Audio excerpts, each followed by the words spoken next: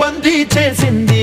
పొద్దు పొద్దున్నే హెల్లో అంటుంది, పొద్దు పోతే చాలు కళ్ళొకొస్తుంది. పొద్ద స్తమానం పోయినంత దూరం గుర్తొస్తుంటోంది.